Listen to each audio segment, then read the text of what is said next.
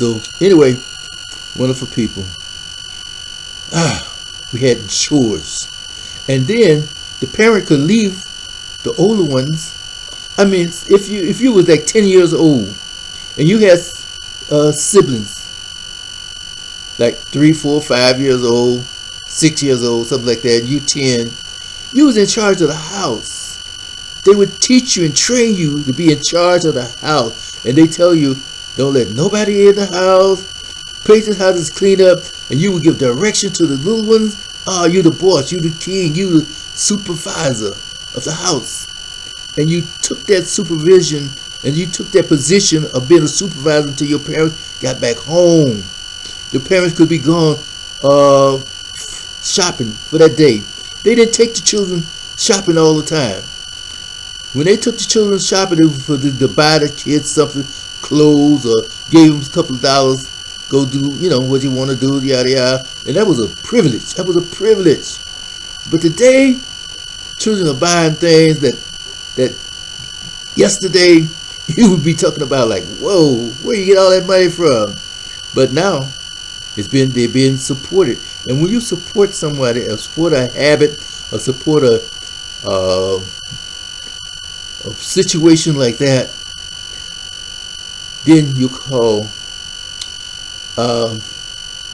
not a caregiver, but anyway, go along with the situation, all right now.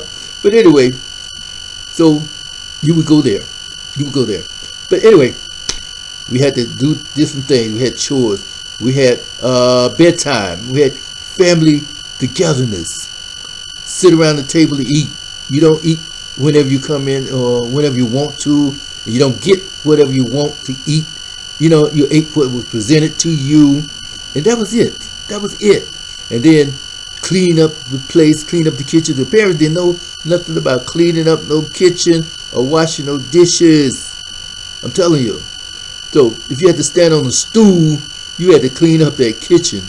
But anyway, so today, children are left in that situation where they have no work ethics. Their imagination is limited, very limited.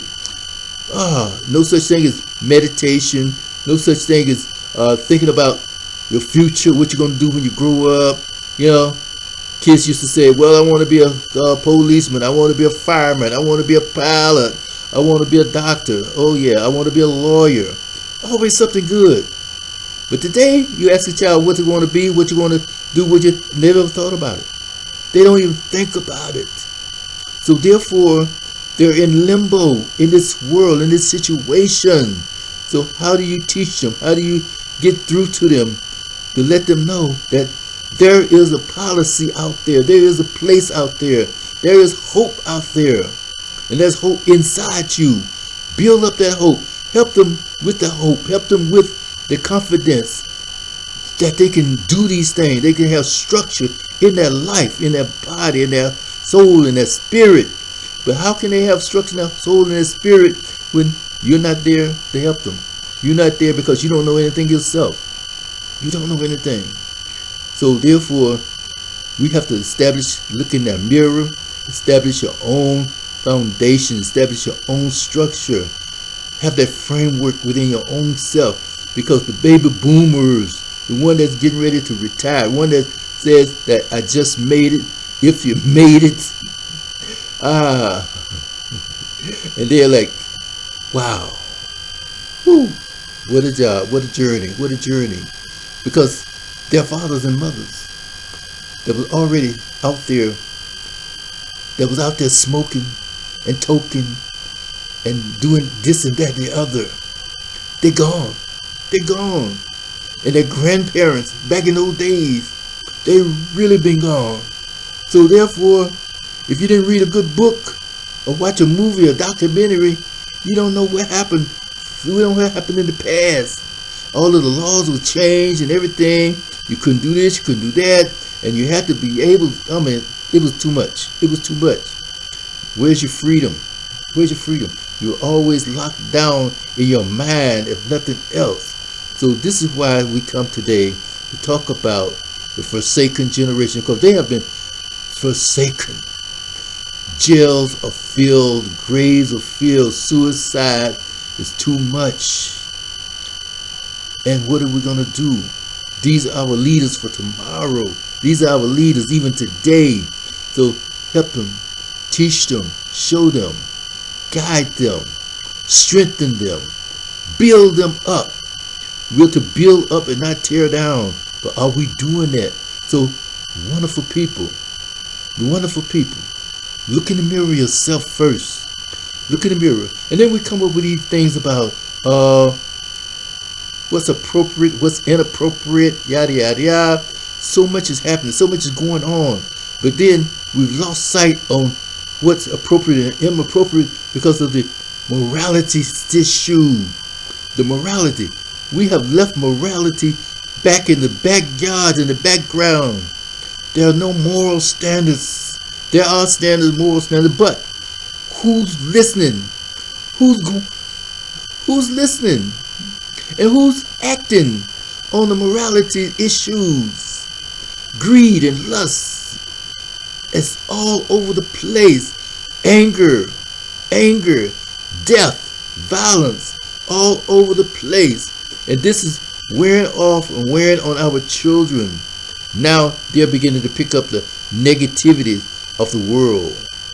The negativity of the world.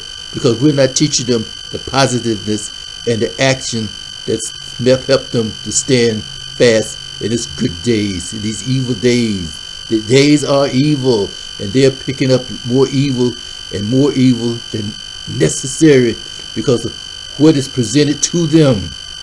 What is presented to them but evil.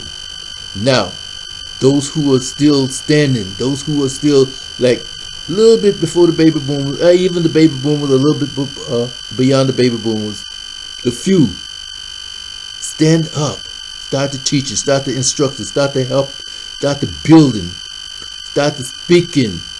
Don't just sit there and say, oh my God, what's going on? Oh my God, well, everything's in God's hand. Well, Jesus will take care of this. And Jesus gave you the power, gave us all the power, those who are in him. If those who are not in him, then you're lying anyway.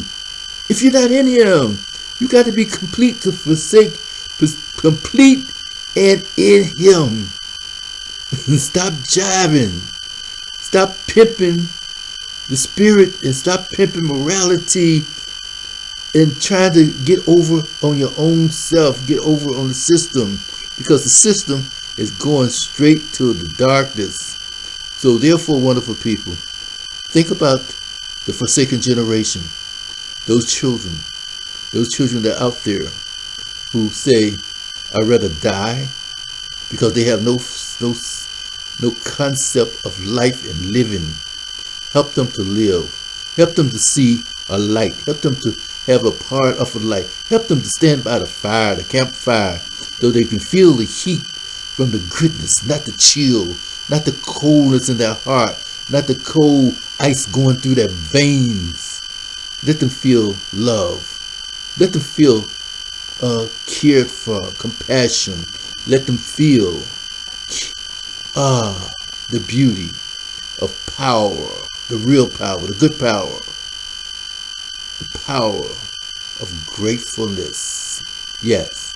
So therefore, as we come to this day, and we have to get up out of here today, but anyway, I just want to bring this to you a little bit to let you hear and just bring this to you more and more and more.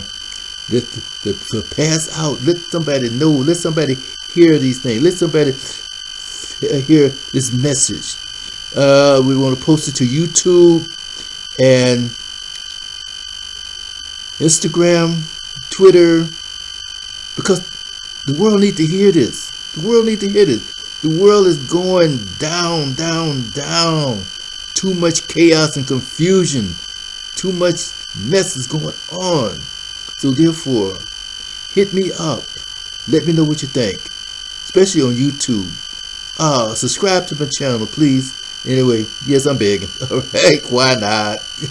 Okay, and then if you care to help support the ministry, it's $, Michael in Love. That's Michael Michael, the letter N, Love, Michael in Love. Okay? And we thank you. And we just say thank you for being with us, or even on Facebook. Thank you for being with us. And I sorry about Zoom is not working, but that's okay. We're gonna work on that too. All right. So take care. Have a blessed, and wonderful day. Bless you. And also check out my podcast, Excel in Love and People in Love. Have a wonderful, blessed day. Thank you. Bye now.